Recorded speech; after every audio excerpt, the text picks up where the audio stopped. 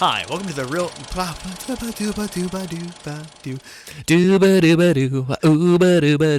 Ooh, you do my shoe so good. Yeah. Welcome to the Real Brain Ramble. We unwrap trends and social progress through media. I'm Greg, I'm Ty. and today we're going to unwrap the time machine. The Time Machine. H.G.Wells. That one. Yeah, that one. Unwrap the time machine, and then tell people, "Hey, I'm going to invent a time machine," and they're all gonna go, "Yeah, right." Yeah, there's no way you can fit inside that. That's way too small. You just watch, but like look away as you watch. Like I swear, it's gonna happen. I swear. No, I'm not looking away. No, come on, look away. No, Come on. I'm not looking away. Okay, fine. I'll come back Not next looking week. away? I'll come back next week then. I'll tell you about it. Aw, not fair. We figure we'll kick off the time travel stuff with talking about the time machine because it's one of the biggest, most influential time travel stories ever written. It's been widely referenced throughout pop culture, whether it's through The Big Bang Theory, Futurama, Wishbone. It's a good adaptation for kids to see because it's got like jokes and some other stuff that Yeah. they've added in there to help make it more entertaining. There's quite a few things about the time machine that a lot of people don't talk about or really recognize, especially because what they're more used to is more the modern version, like with the Guy Pearce version. Spoilers in case you haven't seen it. If you Oh yeah, like- spoiler alert. Anytime that we're talking about a movie, we got to give a spoiler alert, no matter how old the work is from. However, if you don't heed this spoiler and you keep watching and things get spoiled for you and you feel bad about it, just go back in time and Easy fix. yeah. Easy fix. Time travel. Woo. Spoilers. Thank you.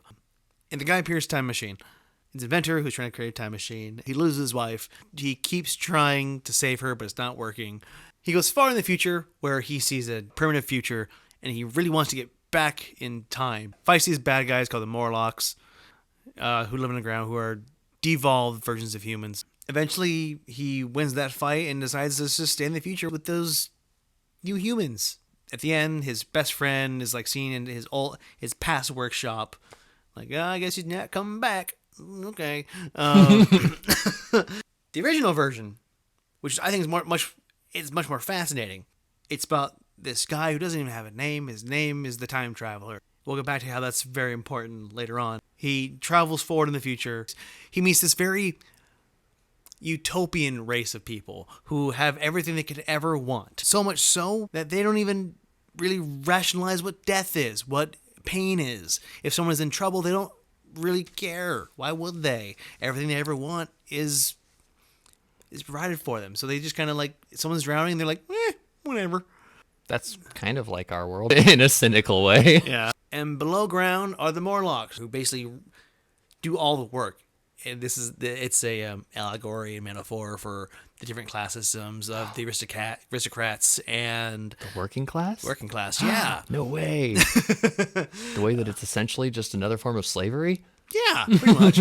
And the person he's fallen in love with dies in a fire. He goes in the future further because he's not depressed. He just wants to see what the hell's going to happen. What's the whole point of all this? Goes further in the future where it's the same but different. Eventually, he just goes to the end of the solar system where he watches the sun burn out and then watches the last few creatures freeze and die on Earth. And he gets very depressed. And he just goes back home and tells everyone about his journey. I've seen the end, and he hasn't been seen since. Now, this is the actual version of the time machine. This is a very summarized, paraphrased, actual version of the time machine. Yeah. What's very important about this is that the person who's telling the story isn't the time traveler. It's the person who went to a party, saw a guy talking about creating a time machine. And he has a little version of the time machine that he puts on the table. And people were like, yeah, sure. Pfft. At the next party, he's back saying, hey guys, I totally time traveled. And here's a story about it. It got sad. Then never comes back. If the only version that you've seen is the Guy Pearce version, you might be led to believe that he can only travel forward. Is that the case in the Guy Pearce version? He gets knocked unconscious or something, passed out with it going forward. Right. He wakes up like in the time of the Eloi and the Morlocks. Yeah. That's right. In that movie, he never goes back, right? No, in the movie, he never goes back to his real time. It's almost like a metaphor for him trying to get over the lost love. That he's now finally over it, but there's no reason for him to go back anyways. Yeah, okay. Yeah. That's fascinating, yeah. Because Yeah, like I remember when you were telling me about that, like the thing that you're framing up, where it was like you're describing it as he goes to the future, he comes back, but he's like telling this story at a party, and then the fact that it's not even that he's the narrator of the story, it's another guy that's at these parties. It's like that's so important because it feels like just word of mouth from some guy telling stories, telling tall tales, and yeah, and that could very much be an unreliable narrator because. Like, it's just stories some guy heard at a party. And not only that, but it's some guy at a party going, I'm going to create a time machine. You're going, yeah, sure you are. Then a week later, hey, I totally did it. I created a time machine. I did it. Yeah. Look at my Hot Wheel of the time machine I have. You can't get in that. That's not no, big enough. There's totally a actual size one, I swear. Yeah. Yeah, sure. But and I totally sure, guy. No. Here's what happened. Mr. Time Traveler. No, like seriously, you don't even have a name, guy. Like, but it's the story of a guy who people try to call him on his shit. He comes back a week later and says, "No, seriously, I did the thing. I did it." And here's this whole elaborate story behind it. He was never seen from ever again. What happened to him? Who knows? I think that they got fed up with him and just took him out back to the back alley. Just beat him. But this Threw him narrator, in a trash can. This narrator is his, that's his account, his alibi. No. He just came to this party. He told us about this whole story, and I don't know where he went after that. Some story about a time machine. Yeah. I think I'll call it the time machine. Patent pending. Can't steal it. Patent pending.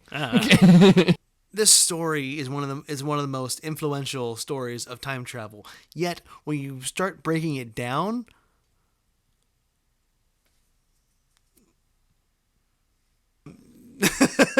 no. So when you start breaking it down, you start wondering: did this happen in the story, or is it some guy telling a story? But when you look at classic stories from that era, it's kind of a theme.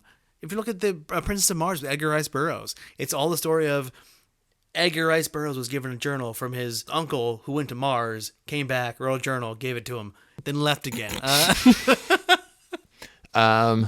Yeah, like with Bram Stoker's Dracula, it's written as if it's the accounts of Jonathan, I think. It's like his journal entries as he travels. The way that it's written is like a collection of the people's accounts of this that equals out to this story. I was partially led to why some people thought that some of the stuff in Bram Stoker's Dracula was true.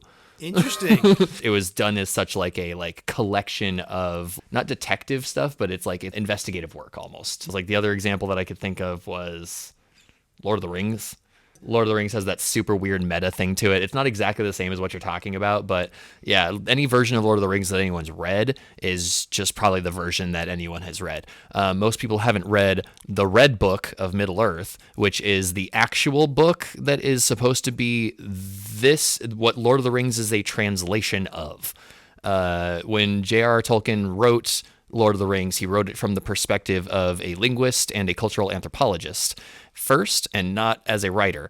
And so he wrote an entire book in a completely made-up language with characters with completely different names than the names that we know them as, because it's all in this other language that is dead from a world that we do not remember. And this is basically the Bible from that world, and it has been translated into our language so that we can read it.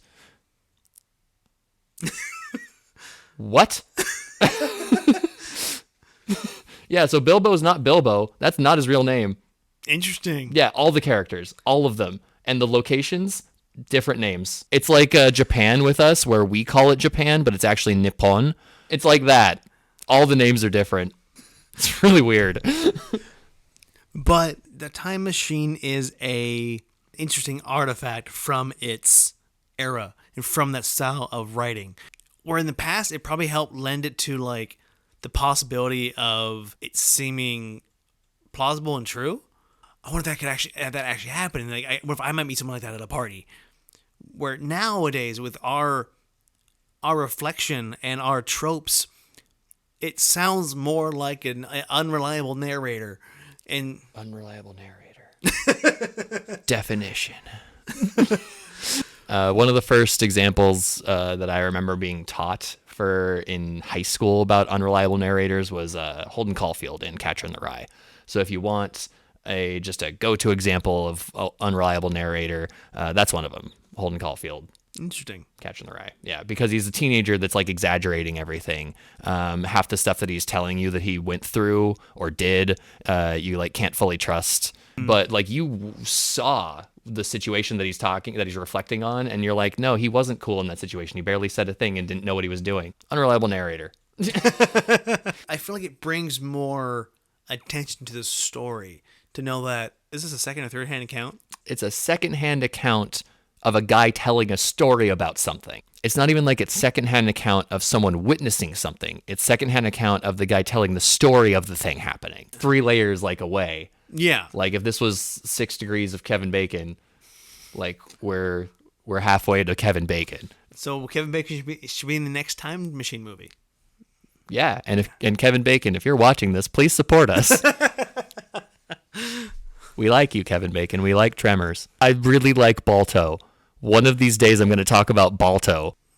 It was unfairly judged. Yeah. But anyways, the Time Machine. The shape of the Time Machine looks kind of like a sled that sled dogs would be pulling. That's pretty much all we're going to say about the Time Machine so far. Hope you enjoyed this time travel journey through the Time Machine. If this is the kind of stuff that interests you, please give us a follow at The Real Brian Rap, where we unwrap trends in social progress or media. We also sometimes delve into just the things we find fascinating about media. Or give us a follow at OBNooT on Instagram. See you next time. Or have you already seen you because you time travel, because you also the spoilers. I think we talked about earlier. Call back. Stay tuned for the next episode. Stay tuned for the next episode, or just watch this episode again, and it'll be like you time traveled. Yeah. Yeah. Good job. Get more views.